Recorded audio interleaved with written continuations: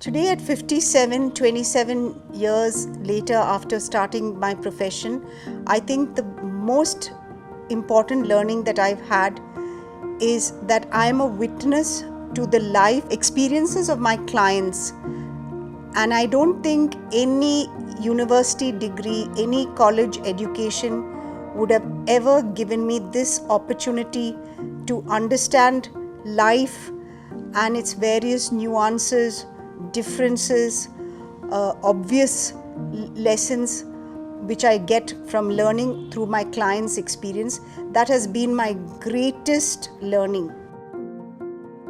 I think one of the things that happened was I became very good at observation and listening, and then post my marriage, because I had to become a caregiver for my brother-in-law who was schizophrenic.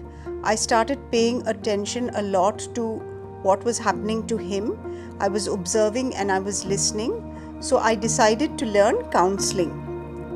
When I enrolled in the program, from day one, I began to discover myself, and that motivated me to learn more and more. And I continued studying various courses that were related to counseling for at least 8 to 10 years before I became fully convinced that this was what I wanted to do. I think the first challenge that I really want to highlight was 25 years ago when I started. People in India didn't understand what counseling was.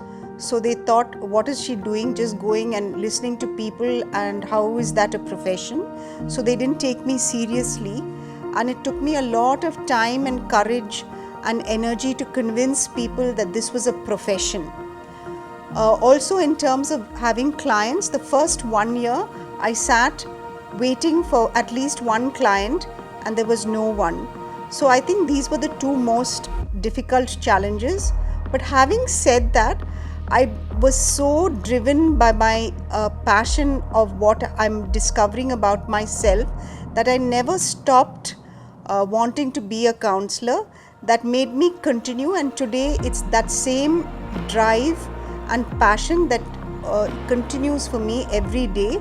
There's not a day in the past 27 years that I've woken up in the morning and said, I don't want to continue this profession.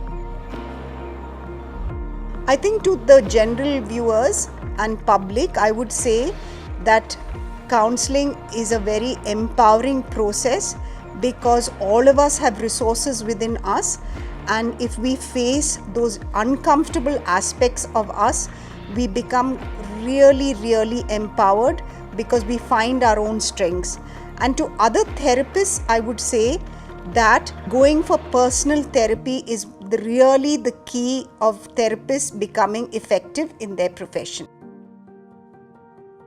Just day before, I was telling client system of mine, which is a client family of mine, I think the biggest gift I receive from my clients is the honor that I have by just being present when they are exposing their vulnerabilities. I think this is the best thing that's ever happened. That I'm a witness to the difficulties of so many people, and I watch them overcome their difficulties and face life with new energy and new hope.